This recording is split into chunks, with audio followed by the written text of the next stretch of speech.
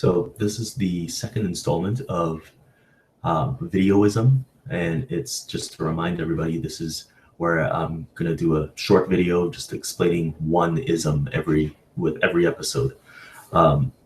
So in this episode, I'm kind of doing things a little bit in reverse because what I essentially wanted to do was have a blog post that explains what atheism is, and then do a video. But I decided, you know what, let's just get the video over with and just, save the extended sort of explanation of atheism for a rather big blog post. So we'll save that for that. Okay, so what do I want to say about atheism? I think when defining a word, you kind of have to think about the scope of the word. Scope tends to change the meaning, or at least alter it. It tends to give the definition of the word, or maybe just the implementation of the concept behind the word, either a lot of weight or a lot of fluff. So it's a matter of scope and what that scope can do to the definition of a word. Now, in its core principle, atheism means a lack of belief in God or gods. That's pretty much where it ends. There's nothing beyond that. It's just, a lack of belief. So what does that mean? It means that if you're an atheist, you just, like I just said, you just lack belief in God. You have no belief in God or gods. The language can get tricky because there's a lot of people out there that say atheism is a belief system in itself. You just believe in nothing. But you can get very picky with how you describe even the word belief. I mean, you could start looking at the meaning and the etymology behind every single word in that sentence, the sentence being lack of belief in God, or belief in nothing, etc., etc. You get the point. Now, if I sound like I'm coming off a little bit too rhetorical, it's probably because I am. I am getting a lot of these definitions from the Four Horsemen. So, let's not pretend I'm pulling this out from, the originality of my own creative genius. It's coming from somewhere. And if it sounds like it's coming from Sam Harris, it probably is to a certain extent, but that's just one of the horsemen that kind of stick out for me because he happens to be kind of very, he flagrantly sort of criticizes Islam. And, me being an ex-Muslim, it kind of captures my attention more than, say, the other horsemen. Not to say that the other horsemen don't criticize Islam. It's just that Sam Harris seems to have this focus on Islam, and I think rightfully so. So that being said, if you are an atheist, you lack belief in God. It doesn't define you morally. It doesn't define you spiritually. It doesn't define you historically. It doesn't define you in the present moment or what you're going to be doing in the future. It is simply a lack of belief in God, and that's where it ends. There are atheists of many different colors. They can, there's no mutual sort of, or there's no sort of dependencies on atheism to be anything else except religious. Religious. You can't be religious and atheist at the same time. Just doesn't work, just so you know. You can be an atheist and straight, atheist and gay, atheist and a fascist, atheist and a bigot, atheist, or, it's just a lack of belief in God. So you can expand atheism, though, through sort of implementations of the concept. And just for example, this is one of the things I kind of want to, address in the extent in the the protracted blog, the research project that I want to start doing. China, for instance, has atheist government, or it's like state atheism, and there are a lot of atheists in China as well. So I mean, they have this. One of the areas of interest for me is still sort of the lack of gay rights in China. It's not to say that everybody there is homophobic, but there's still this sort of like this culture of sort of homophobia that still exists there. The only reason I bring that up, well, I bring that up for two reasons. One, I'm gay, and the second reason is what tends to usually be the case is that atheists are actually all for gay rights, and not just arbitrarily so. They actually have science as a reference point for atheistic reasoning. Kind of supports the idea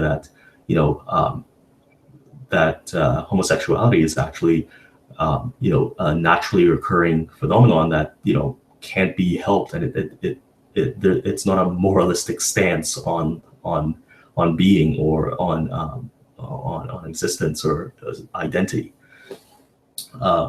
So it's an example, going back to China, I guess it's an example of basically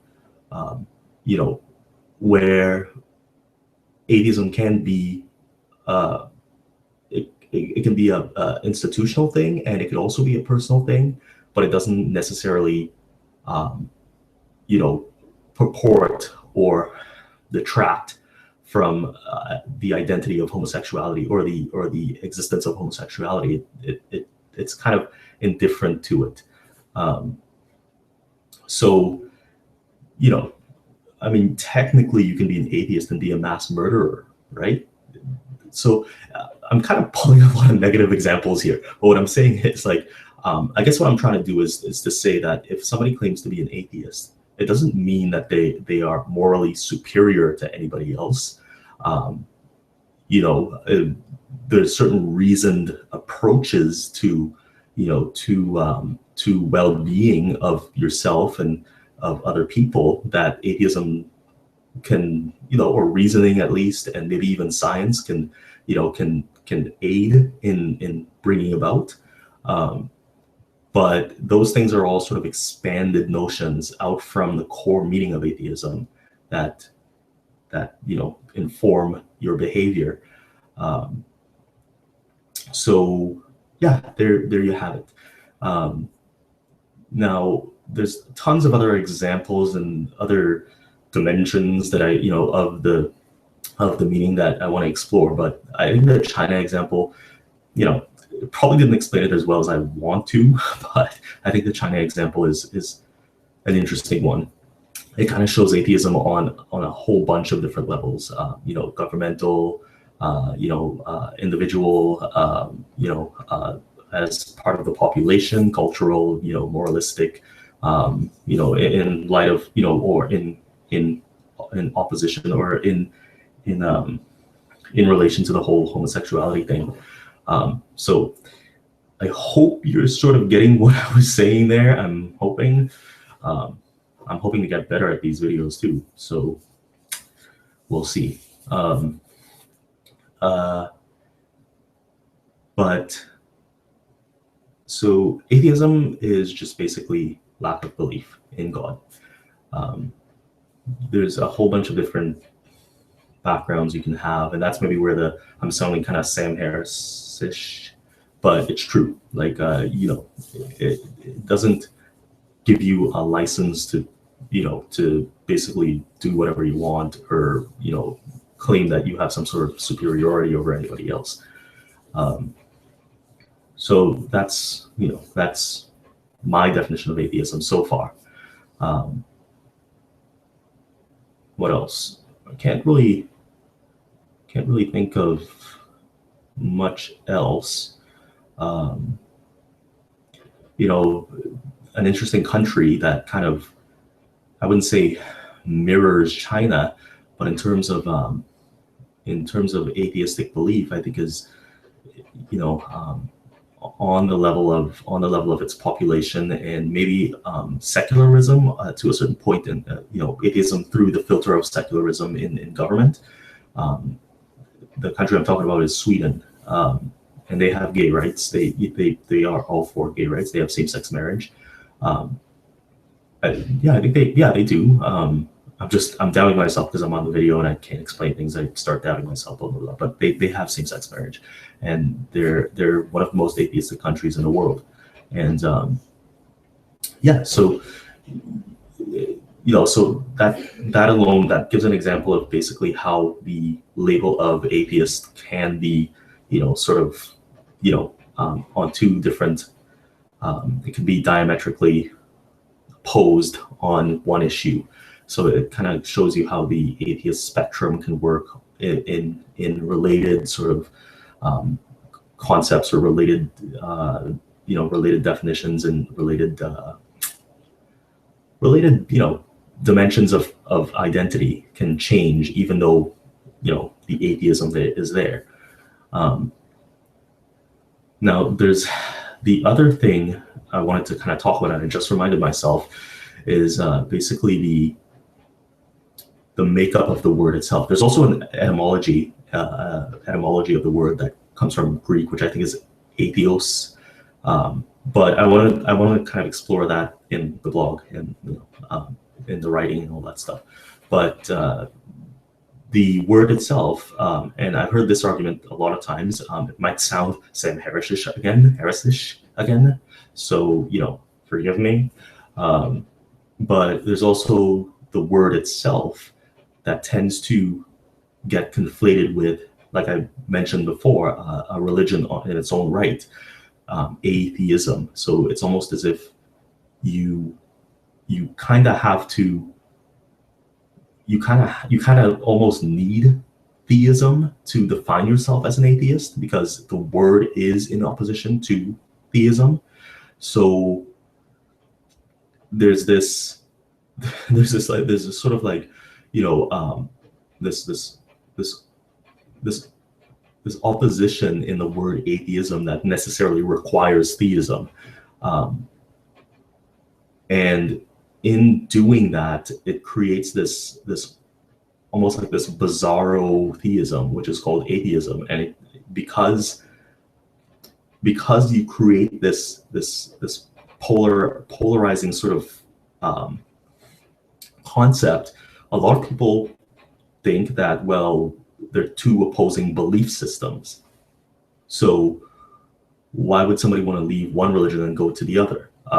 And you get the whole thing about atheists being evil and from hell and et cetera, et cetera. In Canada, we don't have such extremes. I'm sure there are in certain pockets of the country somewhere, but you see it a lot in the United States, where basically you have atheism being seen as a belief system in opposition to traditional belief systems. So that's where, and a lot of people, I wouldn't say that they're maybe they are confused. They see the atheism as a belief system.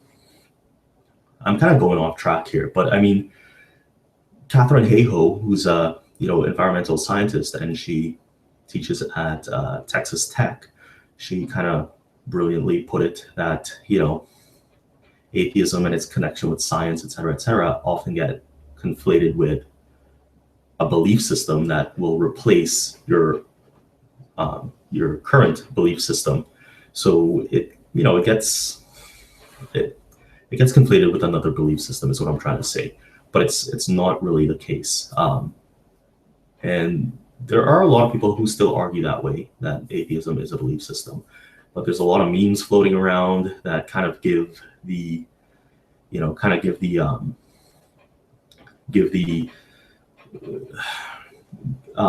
they kind of exemplify what my little rant, kind of my nervous rant thing going on here.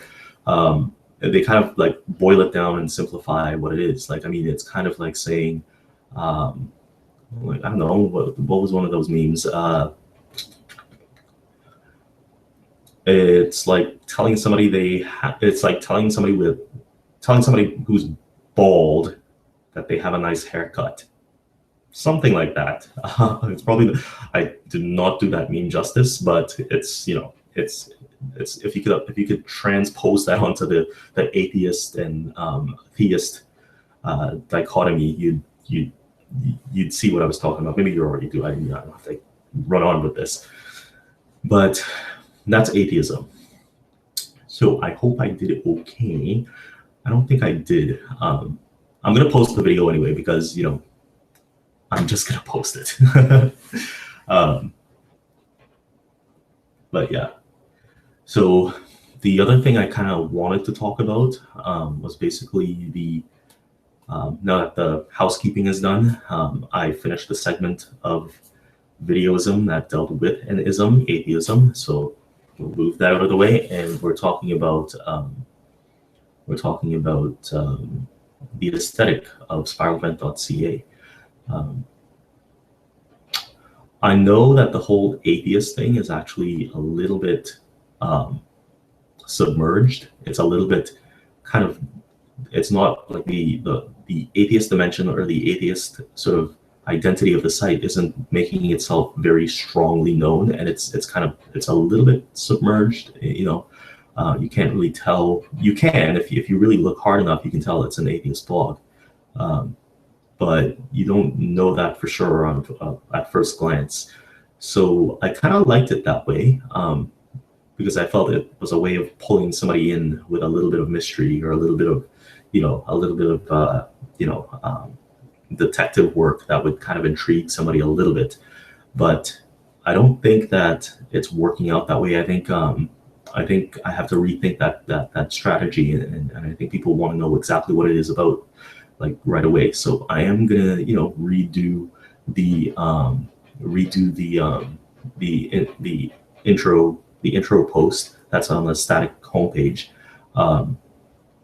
and after that, I think I'm really gonna work with the imagery. Now, I love the aesthetic. I love the ocean, and I love the open space and the sort of like faded, the sort of faded skies and things like that. And I'll tell you why. It almost feels like you cheapen the artwork when you have to explain it to somebody. You kind of want them to have their own. You kind of want to have your subtext and your imagery and your everything that's supposed to be subliminal kind of subtly imposed on your viewer, subtly kind of imposed on whoever is watching the site, and they kind of have to figure it out themselves. And there's a half of them that becomes this creative force as well in defining what the site's about. But I'll tell you what my interpretation is. Who knows? I mean, this blog's scheduled to get released in 2017, so I don't really want to push it that much, but I'm starting to like the ocean imagery, and I think it's because number one, the ocean's so it's so open and it's so vast, and sort of it's almost scary. It's almost very mysterious and unknown, sublime. And I love the fact that they're all surface shots, and that you can think of the immensity and the weight of the fathoms and the depth of everything below the surface. It's still one of those mysteries to us, and I think atheism, to tie it into the atheism thing, is somewhat the same, and not atheism specifically, but science anyway. Science is all about the unknown. Science, if anything, science is more about the unknown than what we do know. If I were to be creative about a field I know nothing about, but yeah, that's science begins with the statement, "I do not know," and I think the ocean kind of represents that. The ocean represents that the fathoms that we will never know as human beings. We're not made to live in water. We can't. In fact, that's where a lot of death happens and a lot of unknowns happen. But there's a positive side to it too, because in exploring those depths and those scary things, we find ourselves, and we find basically we find knowledge, things that we now know that we can use to better ourselves, and better humanity at large. The second aspect of some of those images I used were the wave action. I love how surface water, when it waves, it's so malleable. It's clay-like. You can bend it into anything you want. I've seen some photographs of waves that look like mountains, basically, or the ocean sprays, or the intricacies of the fine mist that kind of builds up over the surface. It's such a ephemeral sort of atmosphere or material to work with, right? Like, I mean, it's very it's almost chameleon-like. I know I'm kind of exaggerating because it's not. There's only so many different things that can happen on the surface water of the ocean in terms of physicality. But like, I mean, I love the idea that the water is kind of always moving, changing, almost like a phantom, or something very ephemeral about it, but very real at the same time, because it's physical water. It's that is happening, It just doesn't happen for very long to call it anything but, elusive, unless captured by a photograph, which my site does. By the way, those are stock photographs. I didn't take those myself, but they require no attribution, etc., etc. So I'm using them, and I'm going to change them eventually. When they obviously, a website's a garden, right? You have to keep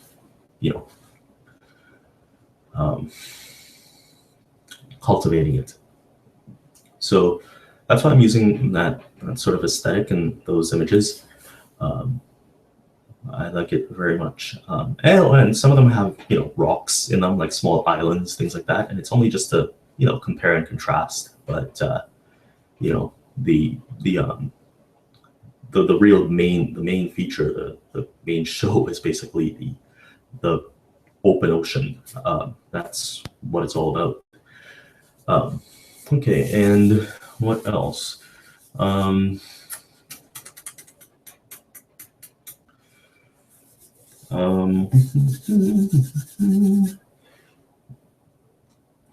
think that's it. I think that's it for this video. Can't really talk much about much else. So yeah, hopefully the third installment of Videoisms is a little bit more coherent. I know I'm kind of shitting on myself, but I used to be able to do these videos without any nervousness at all. I'm being completely honest. Like, I used to do these videos with one iota of fear. Never got sweaty palms and empty stomach, or butterflies in your stomach, things like that. But I don't know, after a year of doing it almost carelessly, suddenly I feel nervous every time I do this crap. But hopefully the third version, I've tried the writing points down and stuff, but every time I rehearse something, then it becomes weirder, because then when you're on camera, you're actually reading from memory. So then you have to remember what you were going to say, and that's another pressure. When I used to do them and not get very nervous, it used to be just kind of like a freestyle, and that's when it worked best. It was much more entertaining, much more coherent. But anyway, you get the point. I'm kind of going on about myself now. So anyway, that's it. The third installment. I think the next ism I'm going to do is basically and don't get me wrong, like, that definition of atheism that I just gave, as incoherent as it was, or even if it did make sense, was a very small kind of, it was an iota of what could be written about atheism in all its different facets. And I think you already know that, but this video is more practice for me, and maybe, I don't know, maybe learn something from it. I don't know. But maybe the next ism I do is pantheism. I think it falls right in line. So maybe that's the next one I do. I'll try a different strategy do that. Anyway, that's it for now. Bye.